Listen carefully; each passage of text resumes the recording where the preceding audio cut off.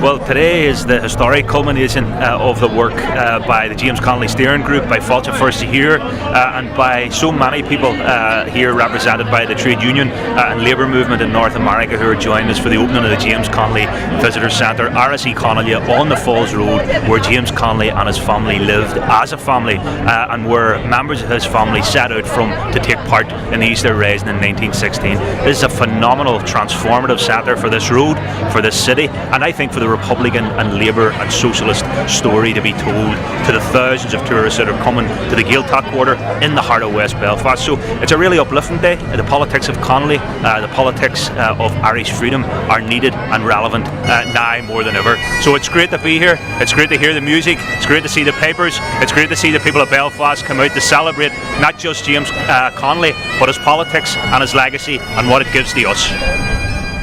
This is a fantastic day. It's great to be here in Belfast. The Connolly Centre is going to be an amazing asset for the people of the Falls Road, and most importantly it commemorates a feminist, a trade unionist and a Republican, part of our history and a part that we are really, really proud to be associated with. I'm a trade unionist and today is a great day for trade unionists all over Ireland. I think today's event and the opening of the new Connolly Centre will bring a much needed Republican perspective to West Belfast, which is seen as one of the main centres of republicanism throughout the country of Ireland. I think it's crucial that people take the opportunity to visit the centre, to read up on what Connolly was, what he meant to Republicans and the part that he played in the revolution in 1916. Well, it's not in Turkey, Sean, last Darrell. Agus tá méid siúlóid leis na daoine as na stáidéantaithe agus Canada, daoine na Loch Dibra an card cumann an sin, agus bei James Connolly ag teach sa bhaile arís inniu. I have mixed feelings about today. It started off with the death of a young woman journalist who was a human rights defender, and as we're marching there are vigils in Belfast and Derry, but this is also hope. It's wonderful to see a James Connolly Centre at last where it should be. It gives hope to the trade union movement. It's worth reflecting on his words of the past, which are so relevant for the kind of future we're trying to make. I'm delighted to be here with such a huge turnout on the Falls Road to go up to a building that's dedicated to James Connolly, a huge iconic figure in republicanism in Ireland and socialism, someone who was very much of the workers and for the workers, and it's great to see such a turnout of trade unions, of Republicans, of all the kind of the makeup of people who made up the revolution 100 years ago in Ireland are represented here today. But most of all of the 7 leaders, I'll sing the praise of James Connolly, the voice of labour, the voice of justice.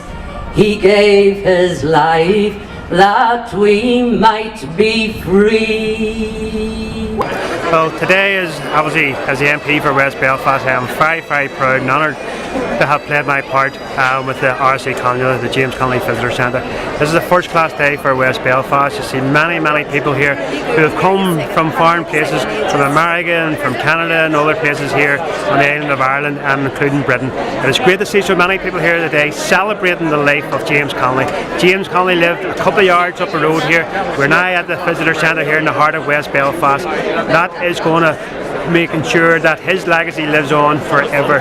People can come here from all around the world and local people will get the benefit of this. They will learn from James Connolly. They will see a first-class visitor attraction, but more importantly they will learn about the life and the history of James Connolly. James Connolly politics are as relevant today as they were over 100 years ago, and I am very, very proud to be the chairperson of Fáilte First here, very proud to be at the opening of the centre. It's a first-class World Visitor Centre and James Connolly is alive and well here today in West Belfast.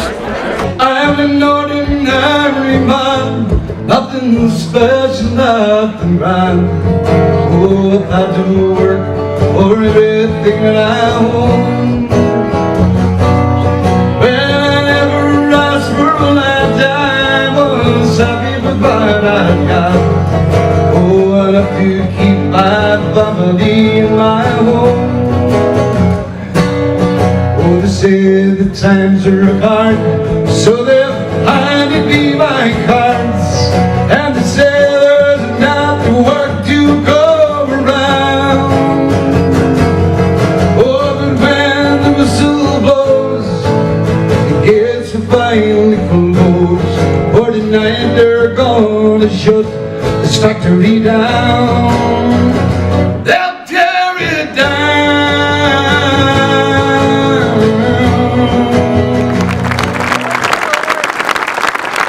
Dear friends, as I have just said now in Irish, I would like first of all to thank you all for the very warm welcome that you have given Sabine and I, and I will say how delighted we are to be here.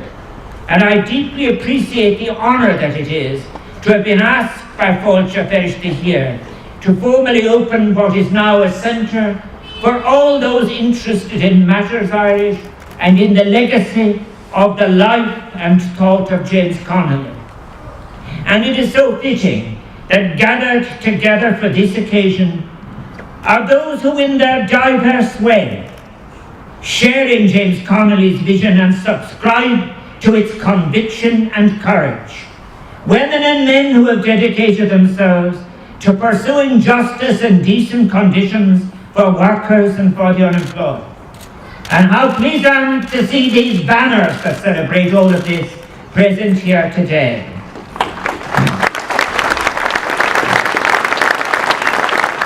Oh, it was an incredible day, and that's why we had such a large North American labor delegation here today to honor James Connolly's legacy, not only as an Irish patriot, but as a great and incredible trade unionist as well. And this center that is open today, this grand opening, is a fitting tribute to the man, his legend, and what he stood for and what he fought for. So we're honored to be here, and we're honored to help raise funds for the James Connolly Center. Where, oh, where is our James Connolly? Where, oh, where is that gallant man? He's gone to organize the union, that working men, they might yet be free. Then who will lead the van?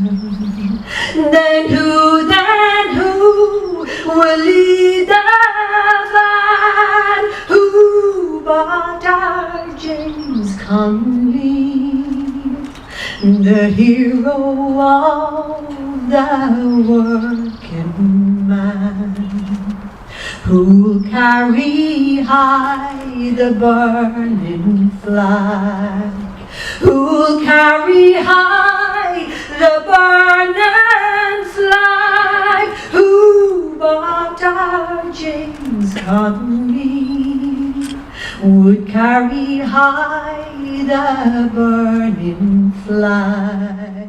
Well, what a fantastic day it's been. We had a wonderful speech from James Connolly Heron, the great-grandson of James Connolly. Everybody's recognised that it's a fantastic facility.